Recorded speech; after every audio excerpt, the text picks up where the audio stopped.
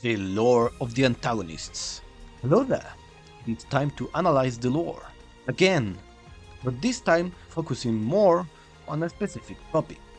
The antagonists surrounding Xenoblade Cross. The Great One, got that one right, and the ghosts. Close, but the opposite.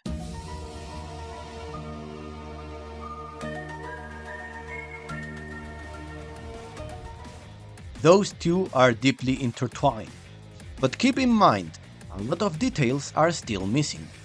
We'll probably see more of the ghosts and Samar in the next games. So all of this is still my interpretation of the pieces we got. Spoilers for Xenoblade Cross.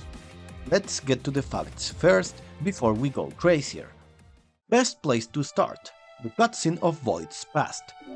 As we expected, the Great One, now known as Void, although as of now many mentions of Void in text and voice have been found on the Wii U version, What is this strange warmth? Void. was a Samarian scientist, this advanced civilization that sprung many more, even humans, and travels between universes. Void was specifically one of the deathless childs of Samar, studying the conduit, the ultimate matter, distilling its power to make the 6 cores of the Ares, a powerful mech. For which purpose? Anyways, as we thought, the origin of the ghosts was related to Samar.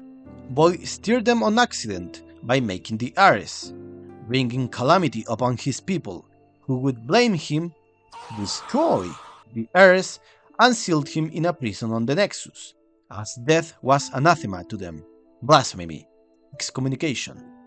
They made 6 fetters, the spears, to seal and deteriorate his mind and soul until the end of time. The brain rot spears. Eons later, thanks to his prison weakened or something from another world, his consciousness was free, although damaged, and channeled to the Vita, a sort of Ares cheap imitation made by his worshippers and followers. Has lots of ganglion scale features. Later, he went to invade Elma's world to recover the Ares, which was found and repaired by them. However, the ghosts were steered again and came for it, or rather the cores, what Void also needed to escape once more, as he seeks death, transcending an afterlife stuff, and not just non-existence, erasure. As analyzed before, the Ares seems sentient, making decisions or being motivated from a speech. We've seen these spherical cores are souls in Xenoblade 3, and Aloys call the cores the Ares soul. Then we have the info that these cores were made by distilling the conduit. Its basic components. If we consider that plus prior works, I believe the Ares cores are indeed the soul or soul fragments of the conduit. After all, the conduit departed in yellow modes as well. Higher entity, a wave existence, too complex to be just one core. Or from beyond even the Nexus taken through the conduit. Furthermore, why would Void distill the conduit into a skull? For us, it's a mech. In Japanese, a doll. Void perhaps wanted to create a physical body for God, a terminal to interact with God, the ultimate matter, but failed, or perhaps the entity refused. Like the wave existence forcefully summoned and trapped wanted to escape this 4-dimensional plane, plotting for its release. This entity or fragment of it could desire that too, but through the ghosts. But through its link to Aloys, it learned to love the physical world? Perhaps it was just energy, existence, or an angel of the universe, just like the ghosts, but forced to become a consciousness, recently born, and learning through people what it is to exist, think and love, unlike ghosts, which continue on automatic mode trying to retrieve their sibling. Or the Ares is an observational terminal for said entity, and the ghosts want it gone for an unknown reason. No observers. The Ares eyes are covered after all. It is interesting that they destroy Cross' original universe, and Mira's already old and small dying world. Why they need to silence or assimilate the worlds where the Ares has been in? Why the purge or cleansing? Getting the Ares is not enough. Perhaps they destroy them accidentally, just wanting to enclose the universes so the Ares has less space to escape, and finally capture it, but they fail each time, destroying the universes on accident, but they don't care about that, or perhaps the universes are tainted by the Ares' presence in some divine or energetic way. Important to mention that no, the ghost did not appear before Klaus to correct, because what Void did, messing with the conduit, is not the same as Klaus did. Klaus just opened the gateway and was puked back, rejected. The phase shift shifted the matter of his own universe into matter and antimatter, while for Void it is still debated if he took parts of the conduit or replicated the conduit. But still a different thing. And as I theorize at least, Xenoblade Cross happens further into the timeline and not in parallel, so ghosts are not born yet. Now, we know Samarians abhor death, and are free from it somehow. But, flaming Void yet sealing him? He brought calamity and disgrace. Surely that will be enough incentive to make an exception. Seems not. They kept his consciousness until the end of time. First, what I think it's more likely, like Klaus, he got linked to the conduit. Hence, if he dies, the conduit lives forever again. Perhaps it was hard to find. Wherever it is, or in which condition after the Ares creation and ghost calamity. To keep it anchored until the missing parts come back. Perhaps ghosts are also fragments from the conduit's entity. Samarians destroyed the Ares to end the calamity, or so they thought.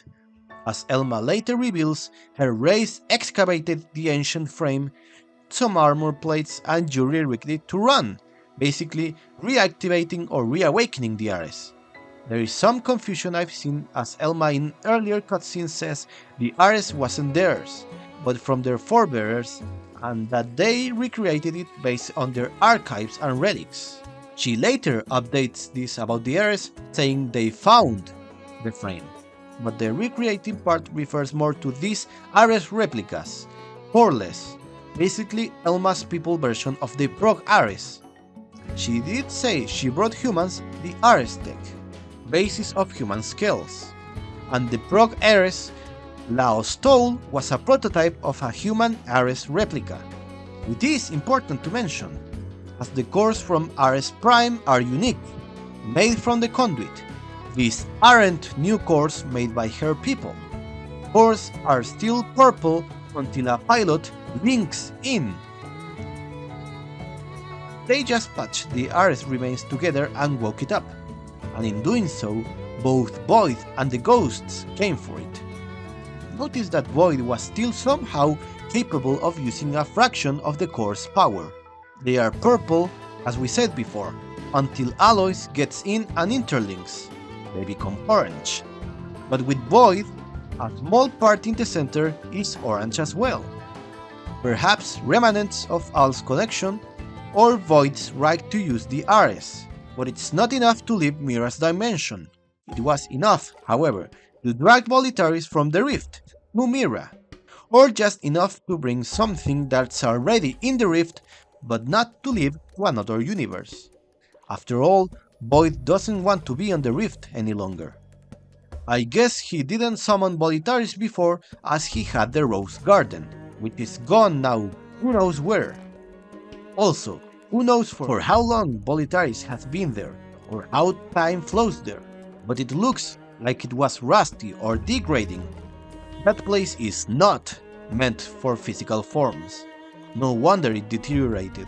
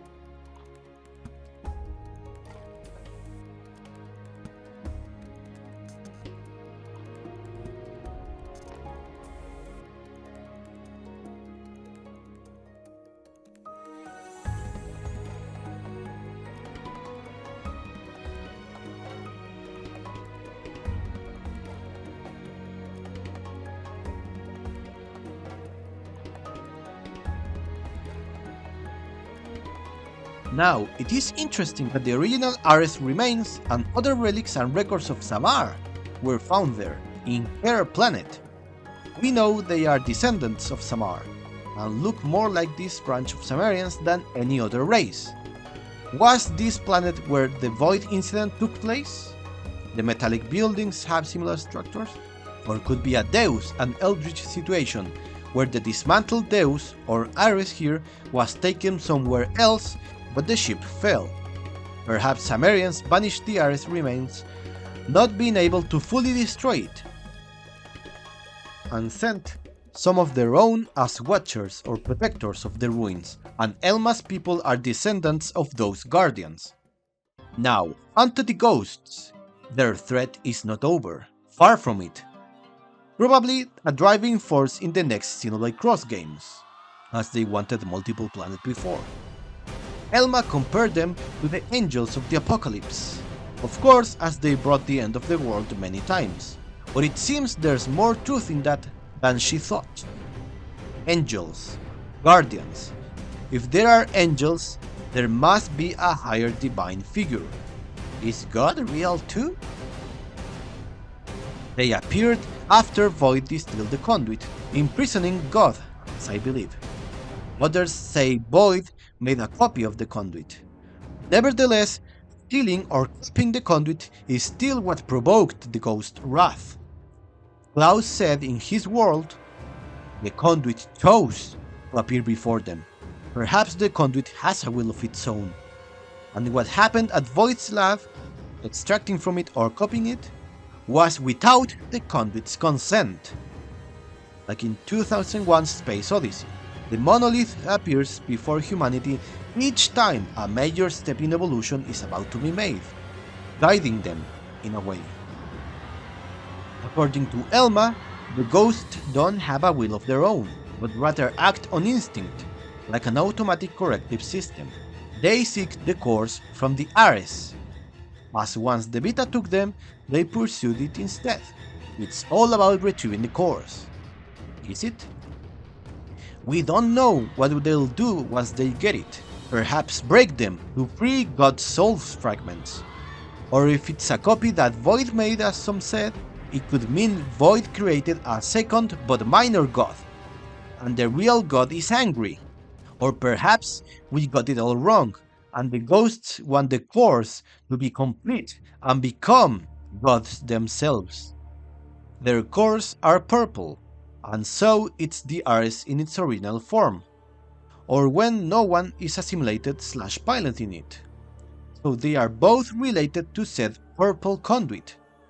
As they act as a hive, perhaps the ghosts are just one entity using tons of vessels, trying to get back the rogue one. Something like the mind of the universe, which includes all the others.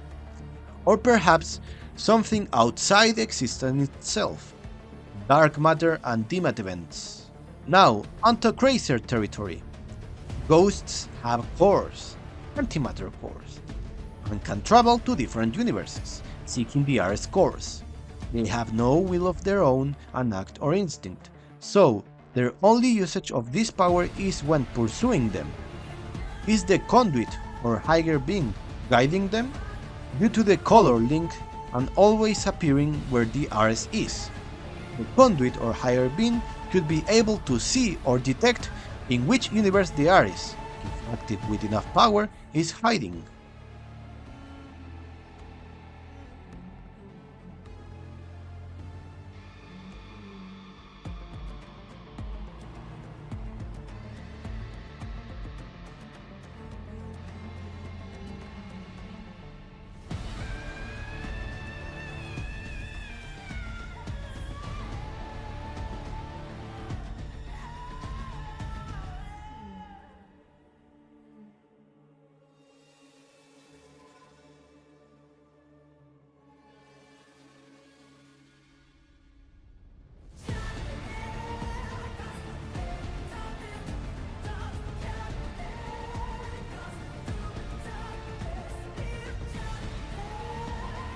Anyways, cores.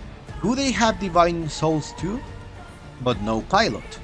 I believe there is a similarity between the ghosts and the fog beasts, the latter beings that shouldn't exist anymore, manifesting thanks to the intersection and the rift, something between worlds, plus the fog that comes from both rifts. Remember the black fog desperately going to the movie score when heightened? Is this mist black fog?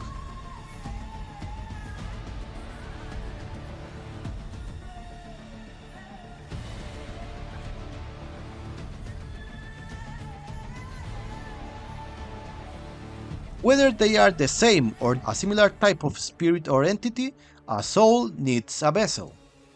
And I don't think it's a coincidence that the ghosts, appearing after the original Ares was made, took a similar form.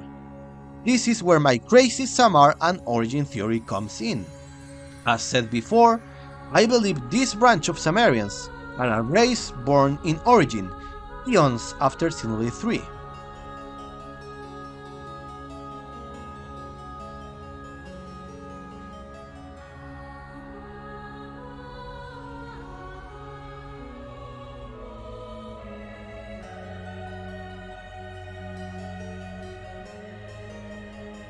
Taking origin out of their planet. I believe this is Void's lab, and that the ghosts were not only summoned here on accident, but their bodies born from here, literally, similar to this, born through origin metal. The ghosts' current form is not their original, but a form they took by making the surrounding origin metal their new flesh. The walls, the floor, infecting origin as some sort of nest, making the ghost mothership we saw in the intro. They've always seemed to have an artificial side to them. The hexagons, the flight mode transformation. Perhaps they form around Samarian ships or mechs, or learned their usefulness. Maybe the missing half of origin is because of the restructuring. Perhaps it's because all of that became ghost acolytes. Or perhaps some Samarians were able to flee from it, cutting their section from the main necrotic fragment. This would be the calamity that they blamed Void for. Perhaps these Samarians, born in origin, lost something crucial for their race survival, hence their extinction or evolution into different races. Perhaps, think of it, all the souls come through the rift and the abyss. Perhaps all the souls originally come from it and the conduit, just borrowed to other universes, hence why they come back here, and Samarians are literally the people of the conduit. Or is the other way around, and even the Klaus humans were made by Samarians, and their DNA still lingers in Keves and Agnus people, hence Set looking like that? Who knows? Just think of this. If Xenoblade 1 introduced Klaus and the station, and Xenoblade 2 elaborated more on what is happening on his world and the Trinity, Xenoblade Cross introduced the Samarians and Void experiment. Xenoblade Cross 2 could elaborate more on it. Lynn couldn't tell what the beta was made of. Her tools didn't allow her to get any readings.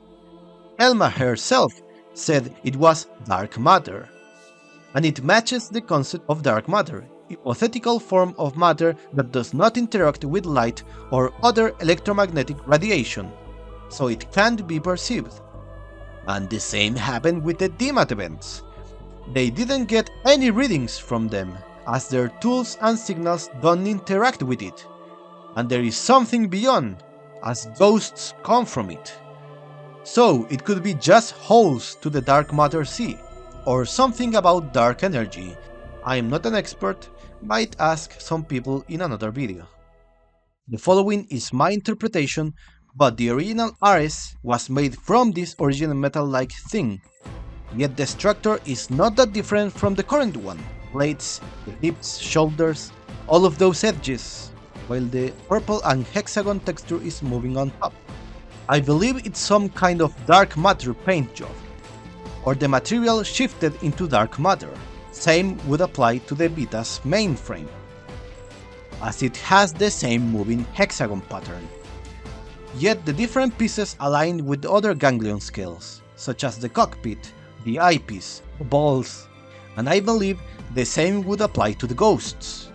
I believe the moving hexagon transparent texture is just a coat, or metal shifted into dark matter, but it's origin metal underneath. Perhaps the same would apply to the Trinity cores. Origin was based on Ontos after all, and it has those lines. Perhaps the cores became like that after connecting to the conduit. Again, my interpretation, I would love to see a Ouroboros made of origin metal in Xenoblade 4. They were made through origin metal in the stone, and he even has some metallic finish after all.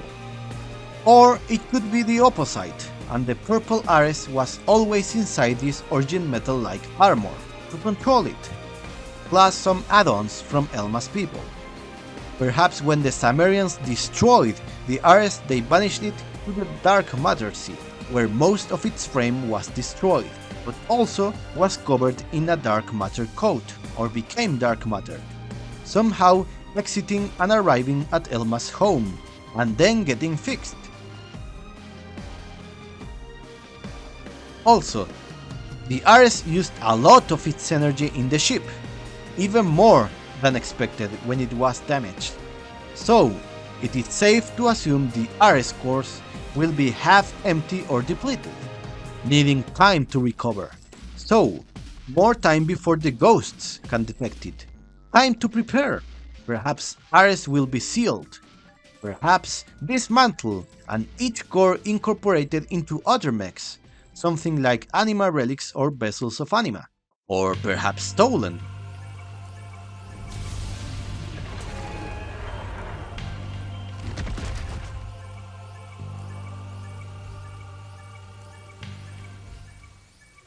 So, what do you make from all of this mess? Why did Void make the Ares with the conduit? Why was he sealed and not killed? Why are the ghosts angry? And why do they seek the cores? Is the conduit angry? How did Elma's race find the Ares remains? Is God or part of God in the Ares? Are there other gods? Is this origin? Are Fogbeast related to all of this? How expensive is a dark matter coat or paint to pimp my skill? Anyways, that would be for today. Have a good one.